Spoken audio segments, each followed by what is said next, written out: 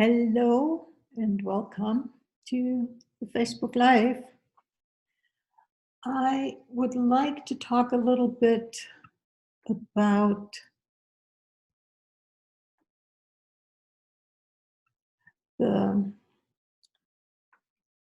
climate change. And it's, how shall I say? It's been really working on me because it seems like I have quite a different way of looking at it. So let's look at how old is the Earth? The Earth, I looked it up, is roughly 4.5 billion years old. And what has been going on in regards to the climate during that time? Has the climate been similar to what we have known for the last 100, 200, maybe 2,000 years even? And I guess we all can state that it probably hasn't, just for the little bit that we learned in school. And climate science statistics have been kept since 1880. We can do tree ring dating, which allows us to go back about 2,000 years if we go with the really old trees like the bristlecone pines. Or we can go a little bit further back, determining what the climate was like if we do ice core samples. And that's all great and good. We get to know what the climate was like. And do we know what caused any changes in the climate that we may find in those old records, be it tree rings, ice core? So what is going on right now? The climate is changing. That is definitely not, I don't have a question about that. I am wondering, why are we making the climate change such a big deal?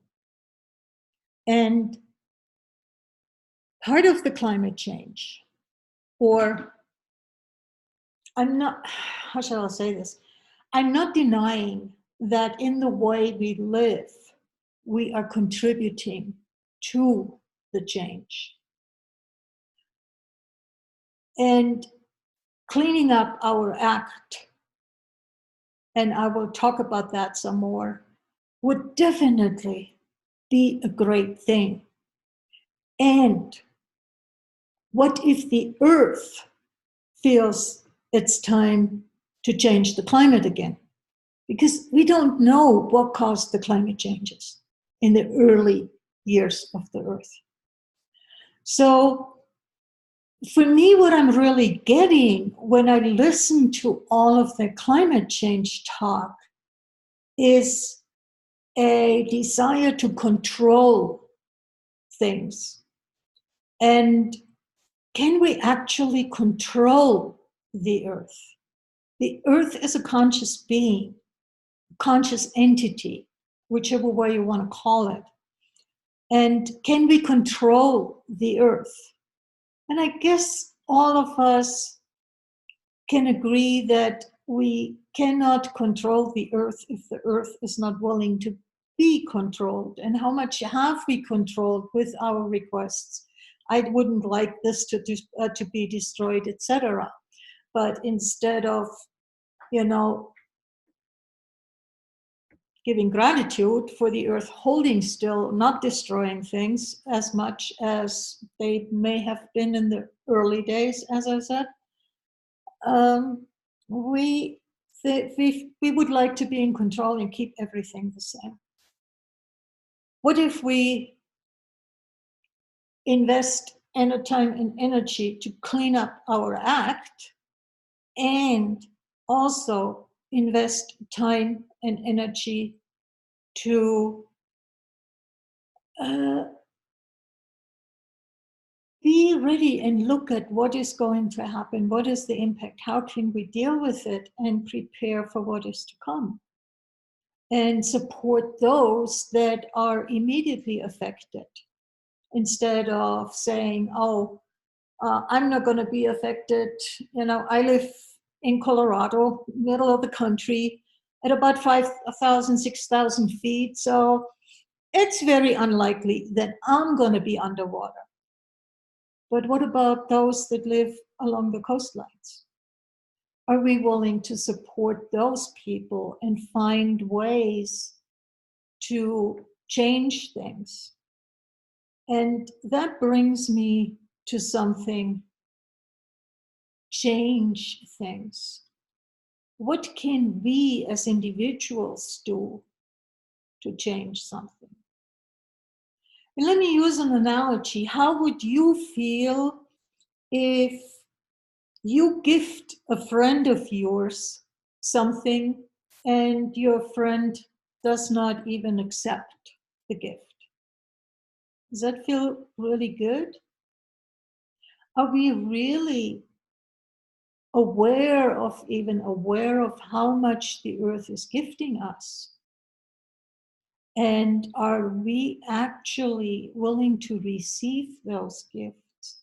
Are we willing to say, thank you, earth, or express our gratitude in one way or another? Or are we going to continue with just trashing the environment for whatever reasons, be it corporations of extricating stuff, be it people just throwing trash all over? I mean, if we look at how much trash is along the highways until it gets cleaned up again, how much trash is being just thrown out of the car, over a boat. What if we don't trash? What if we live more aware of than just, don't need that anymore, I'm done with that? What if we have more respect? You wouldn't go into your friend's house and just throw trash around because you just finished your bar of chocolate. So you crumple the paper up and throw it in, away from the seat that you're sitting at, but it's still in the middle of the living room maybe. You would take it and put it in the trash can. We are behaving in our house, quote unquote, on the earth, like we would never ever behave, or most of us would not behave in the house of a friend, even the house of an acquaintance. We would not behave that way and trash it.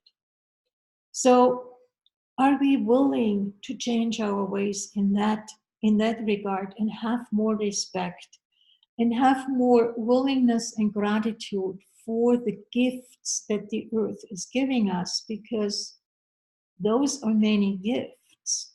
I mean, from the food the earth provides, from the fact that the earth does not judge. Would we be able to learn something and stop all the judging that we do? And you may say, I'm judging with what I say. No, I'm just looking around. I'm aware of what is going on around me, and I'm calling a spade a spade. I'm not saying this is you are bad because you do that. If that is a person, it's more, what would it take to change that? What questions are being asked of the earth with all of the things that are said? We need to change this, we need to change that. Have we asked the earth, what is it that you require from us? What is it that we can contribute to you? And that is where I can come in as an individual, where we can come in as a group, as a country and contribute to the earth. But asking a question would really behoove us instead of saying, oh, we know what the earth needs. The earth needs this, that, and the other. Is that truly so?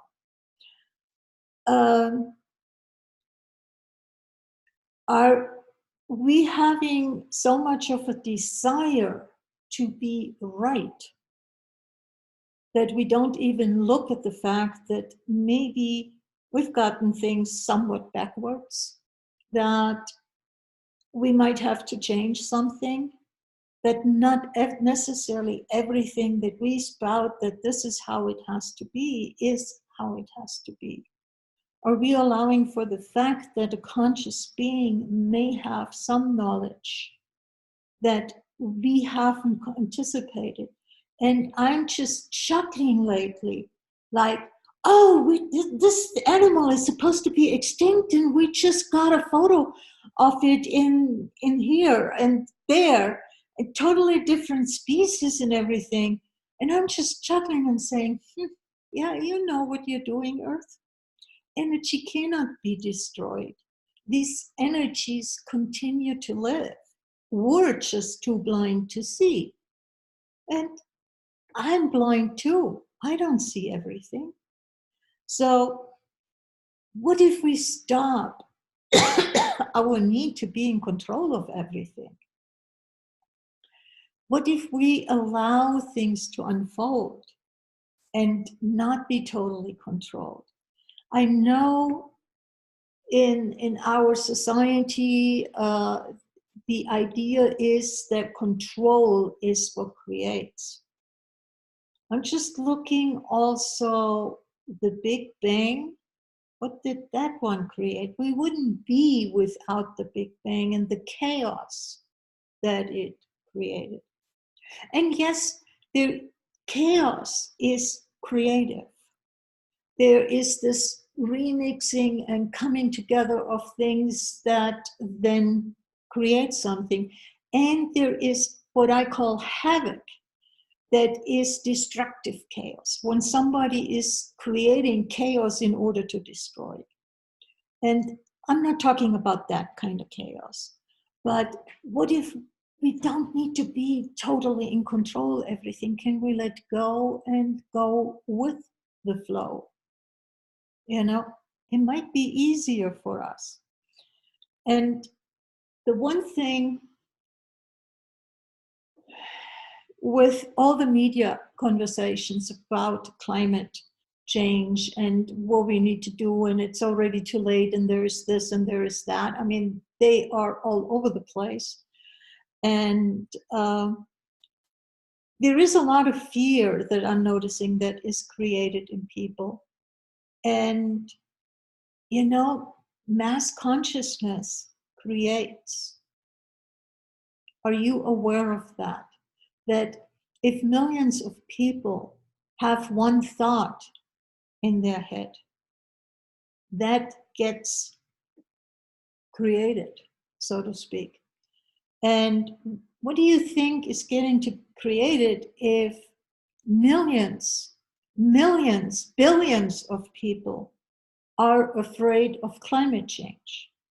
We just accelerate the climate change. We're not doing anything against. What if people instead went to what can I contribute to the earth? And there is things that we can contribute. And I'll go into that in a moment. What if we operate from that? Would that create something differently? And what can we do? Most of us have heard what happens to a plant if a person directs anger at the plant. The plant withers and dies. Currently, we have about 7.5, somewhere between 7.5 and 8 billion people living on the earth. The great majority is living with sadness, anger, rage, fury, hate. What is that doing to the planet? Is that improving? What if we just change our attitude that we have, the way we approach life? What if we get out of sadness? What if we stop judging that creates separation, that leads to hate? What if we stop that? Would that create a change? And interestingly enough, what we've learned with the 100th monkey, it's not that everybody needs to learn a specific skill, a specific way of being. There is a number that is required if all those people start behaving in a certain way. If maybe, I don't know what the number is, 20, 30, 50,000, whatever that number is, but if those people stop hating, stop judging, stop having sadness in their life, and rather have joy in their life, that could create a tremendous change, because it opens up the energetic field for other people to also tap into that, and it changes automatically their lives. They tap into this new energy that is available. This is a huge contribution that each one of us could be by becoming the change, being the change, living the change that we would like to see. Instead of saying, oh God, they're not doing enough. What if I do all I can do?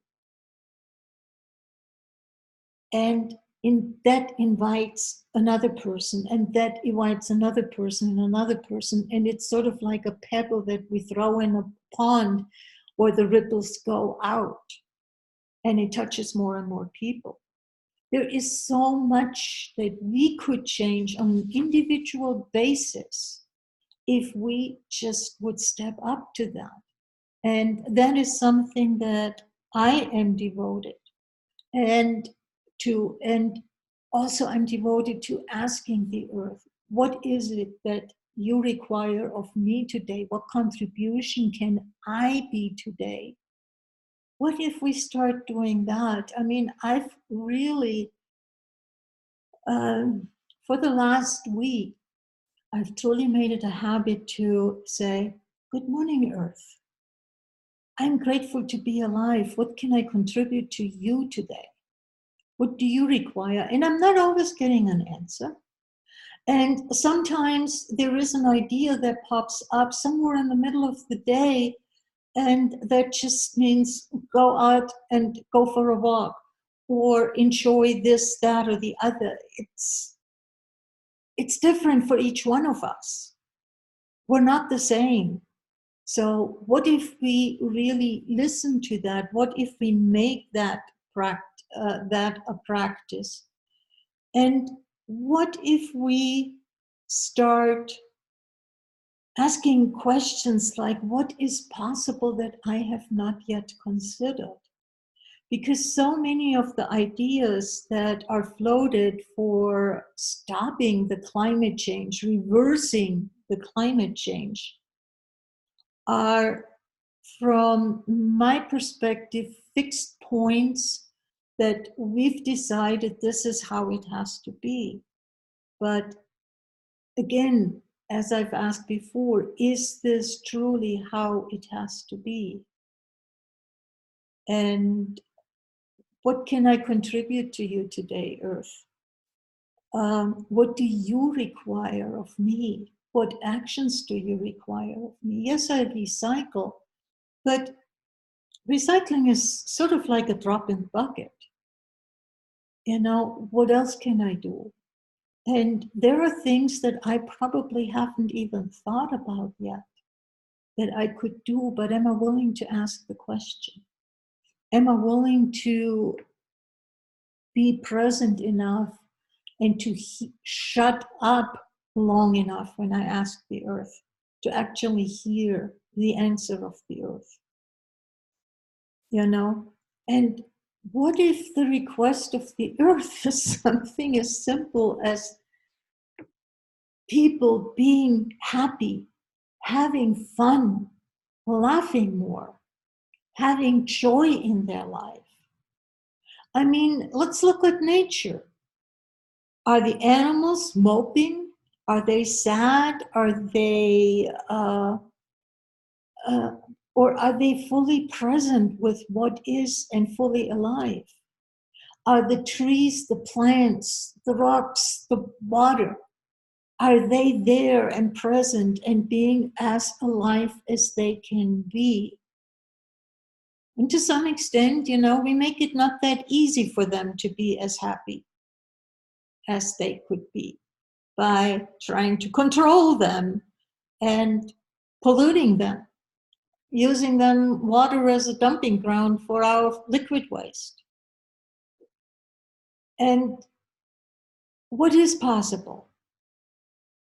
Are we willing to ask questions? See, the beauty that I see is all of us are different. We are all individuals. We look at the world in slightly different ways. We have somewhat different knowledges. What if we all ask the question and live the answer, or work, see how we can implement the answers, quote unquote, that we get, the awarenesses that we get? It's in that diversity that of the answers that we all hear that actually so much more can be accomplished than a global one answer, this is how it has to be. The earth, are we willing to contribute to the earth any energies that the earth requires to change things for her to? I mean, if we look at nature is so abundant. The worst quote unquote dirt road that I have ever driven in my life was a paved road that had been abandoned for about 10 years because they built a new road that bypassed that stretch. That was the worst dirt road, and it was still paved, but it was all breaking up. You could see how nature was eating in from the sides, and any hole that had been there, stuff was sprouting out. Nature will reclaim if we just leave it alone long enough. And I also know that the earth is not in danger. We are. Because if we pollute enough, then poison enough, if we use enough Roundup, if we use enough, of all the stuff that we know is not good for people, then eventually we may be extinct. That's a good possibility. Is that what we would like? Then let's continue the way things have been going, because that's where we're heading. Or do we want to change something?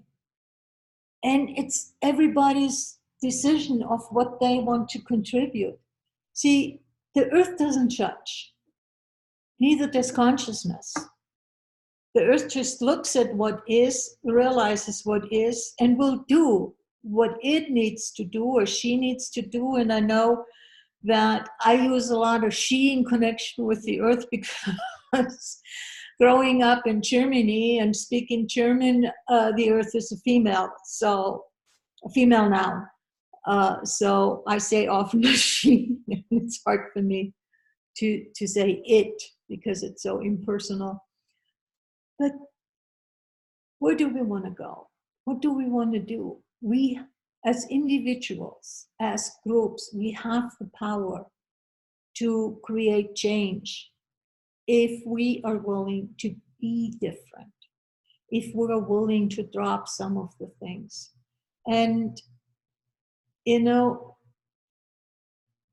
every one of us has to make their own decision.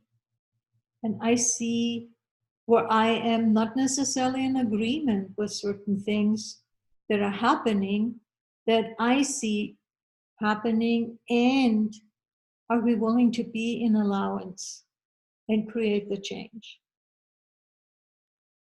I don't have the answers. I'm nowhere near having the answers. And I would like to contribute whatever it is that I can contribute to a change. Because I would like a different world. I would like to be more respectful to the earth and have more appreciation without conclusions. To be really present for the earth and have that connection to her, that interchange, by asking questions, by wondering what is going on for you. I know how many people are really happy if someone comes in, a friend comes in and say, "Oh, I know what you need to do. You need to do ABC." A lot of people probably say, "Get out of here.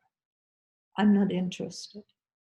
So, but how could it be different if we say, "I see something's going on for you. Do you want to talk about what can I contribute to you?" And to listen, to ask questions. What if we change just that? What if we change just having more respect towards the earth?